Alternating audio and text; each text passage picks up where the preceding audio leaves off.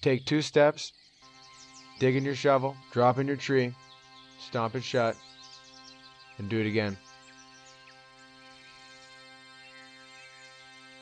Do it again every 6 seconds. If you want to make it as a tree planter, that's what it takes.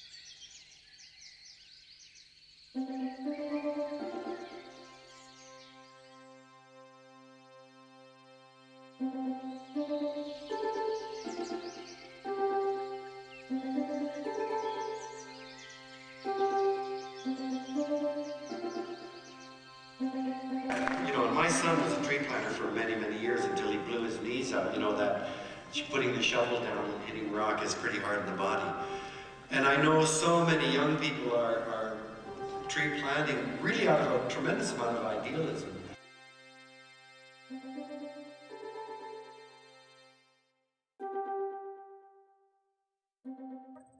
A tree planter is a steward, a person who's willing to plant a tree today that someone else will enjoy the shade of many years into the future. The tree planter today is a person who understands the importance of the ecosystem and is willing to contribute their time and energy towards providing for a sustainable environment for future generations. For some people, tree planting was almost a rite of passage. It's like hunting your first deer. Never left the city before. Come do some manly, hands-on work for the first time in your lives, meet new people, pick up some social skills, get really drunk for the first time. Definitely good.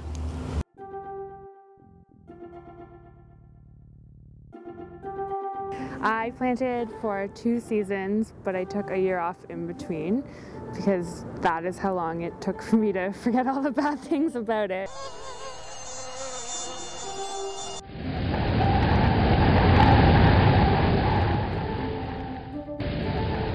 Time is key in tree planting. Efficiency is key.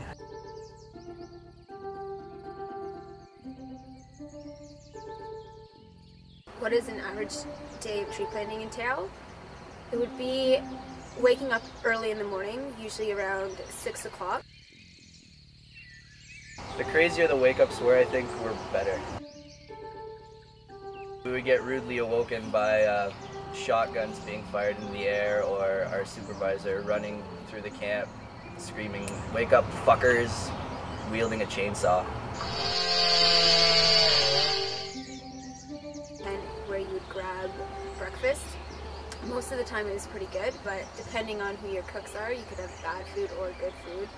And at that point, you'd slowly eat your breakfast and make a lunch.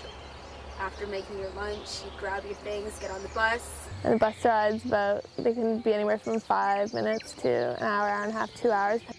For those keeners, hope for a short bus ride to start planning right away.